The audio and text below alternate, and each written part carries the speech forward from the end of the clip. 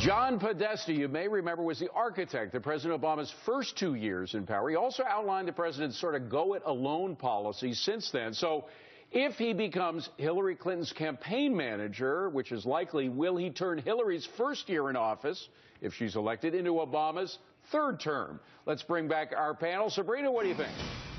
This is bad news for taxpayers. It's bad news for the economy. Look, let's remember Podesta was an advisor to President Clinton. He is the founder of the Liberal Center for American Progress. He's been an advisor to Obama. I think that Hillary may be looking at him as sort of a nod to security and to that she's sort of in charge and that things are working well on her campaign. But I see it as a nod to the fringe left of her party.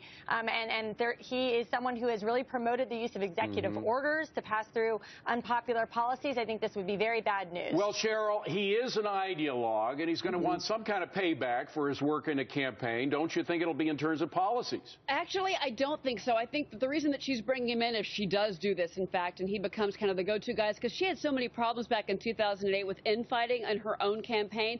Podesta is seen as somebody that comes in, he kind of can, frankly, throw the hammer down, throw the gavel down, and say, all right, kids, sit down and let's make this work. I think that she's going to bring him in to kind of be the organizer. Is he going to want something in that first year?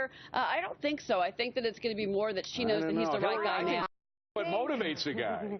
I think that John Podesta is so left that and on an environmental way, he's going to cost taxpayers so much, and he's going to cost our economy so much money. Will Hillary listen? Will Hillary listen to what he proposes? That's just it. She would have to, and then ultimately she's going to lose a lot of political power, and it's going to end very badly, John. All right. When Treasury Secretary Jack Lew was working for Citibank, he received about $1 million working for a division of the bank that was ground zero, really, for the financial meltdown. Under new regulations, would Lew have to return the bonus money he got when he was at Citi? Cheryl, what do you think? I mean, look, it's a great idea, but I have to say at the end of the day, I mean, these are politicians, and this is Jack Lew, the Treasury Secretary. I don't think that he would have to return the money now. Hillary, we should mention what we're talking about. These are new regulations that the bureaucracy wants to put out there that would allow the regulators to come in and claw back, as they say, bonus money that the bureaucrats have decided was ill-spent. Well, I think that this is actually possible to happen within the next, over the next 2 years. We're going to see these clawbacks, and we're going to see this also happen in the form of just bonuses that won't be paid. That's where it's going to play out in reality. So every investment banker, get ready. Sabrina, the irony, of course, is that Jack Lew was one of the biggest supporters of Dodd-Frank, from which these new regulations come, and he may suffer from it.